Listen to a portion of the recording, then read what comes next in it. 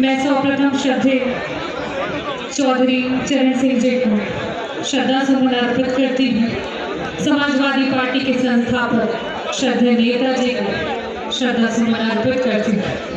मैं मंच पे उपस्थित हमारे आरएलडी के राष्ट्रीय अध्यक्ष आदरणीय जयंत चौधरी जी का स्वागत करती हूँ, आपको प्रणाम करती हूँ। करो या मरो का नारा जब आया था तो इसी धरती से चौधरी साहब ने कमान को संभाला था, क्रांति को संभाला था और जो आजादी की लड़ाई में भाग लिया था और उसके बाद देश के प्रधानमंत्री बने थे। मैं आज उन्हें यहाँ से नमन करती हूँ। युवा ही एक ऐसी ताकत है जो अपने पे आ जाए तो पूरे देश को जोड़ देती है।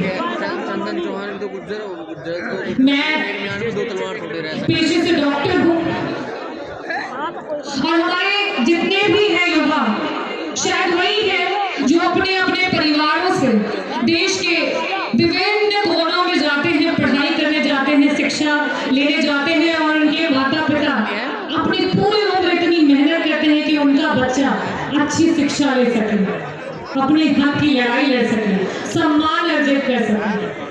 जिस समय हम ये शिक्षा लेते हैं और विभिन्न जगहों पे जाते हैं वहाँ पे हमें कई सारे लोग मिलते हैं। ना हम उनका जाति देखते हैं, ना उनका धर्म देखते हैं, ना उनका क्षेत्र देखते हैं, ना उनका प्रदेश देखते हैं। हम सिर्फ अगर देखते हैं तो विचार को देखते हैं और उसी विचार को लेकर के हम आगे बढ़ते हैं और जिस जगह से हम अपनी पढ़ाई करते हैं वो हमारा दूसरा घर बन जाता है। मैंने भी ऑल इंडिया थ्रू कॉलेज लिया और मैं उत्तर प्रदेश से कलकत्ता पहुंच गई। 6 साल मैंने वहाँ पे अपनी पढ़ाई की, वहाँ पे MBBS किया।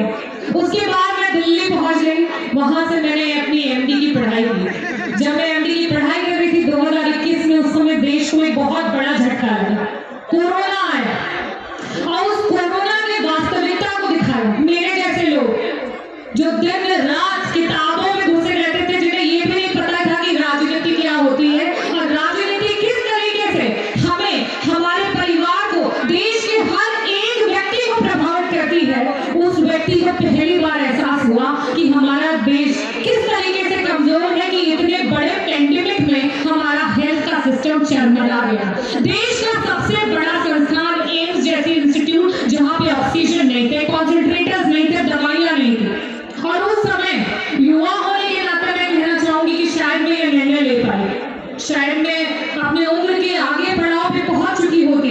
एम्स से ज्यादातर लोग देश से बाहर चले जाते हैं, दूसरे देशों में चले जाते हैं, तो शायद अगर मैं वहां पहुंच गई होती तो ये निर्णय नहीं ले पाती। ये युवा संसद जो निश्चय है, तो शायद उस समय मेरे अंदर भी ये जोश था और ये हिम्मत थी कि नहीं, हम जैसे लोगों को ही आना पड़ेगा, तभी हम राजनीति में बदलाव ला सकते हैं। मैं पहली बार पहुंची और जिस भी मंच पे पहुंचती हूँ मैं अपने लोगों को बार बार आभार व्यक्त करना चाहती हूँ और ये कहती भी हूँ कि ये आपका हौसला है जिसकी वजह से हम अपनी बात को वहां पर मजबूती से रख पाते हैं।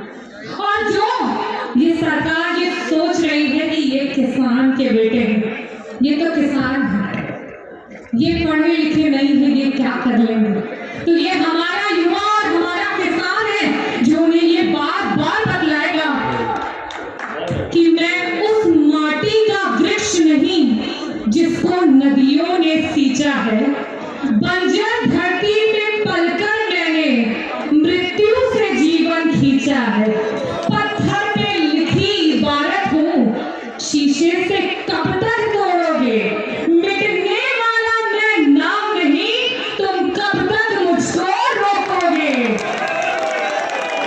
और मैं अपने युवाओं को भी ये कहना चाहूंगी कि घबराइए ना मत, आप में ये ताकत है।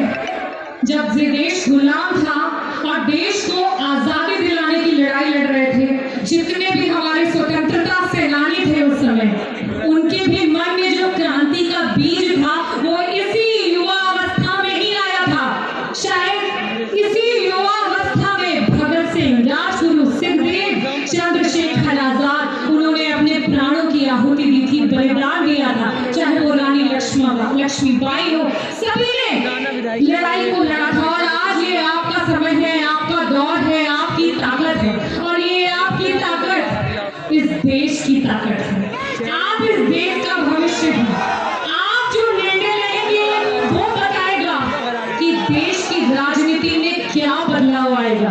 लोग बहुत तरीके की बातें कर रहे हैं, लेकिन मैं एक बहुत जरूरी बात है आपके बीच में रखना चाहूंगी कि बाबा भीमराव अंबेडकर जी ने कहा था। बहुत सारे हमारे युवा कहते हैं अरे यार राजनीति हमें नहीं करना, नहीं जानना हमें कि क्या होता है राजनीति में। लेकिन मैं ये बात आपको जरूर बताना चाहूंगी कि बाबा भीमराव अंबेडकर जी ने कहा था कि अगर आप राजनीति में प्रतिभाग नहीं लेंगे तो आपको पता है उसका दंड क्या होगा।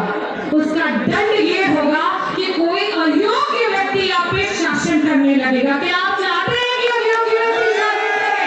बिल्कुल नहीं चाहते हैं। तो इसीलिए आज इस मंच से मैं चाहती हूँ कि आप सब दृढ़ निश्चय लें।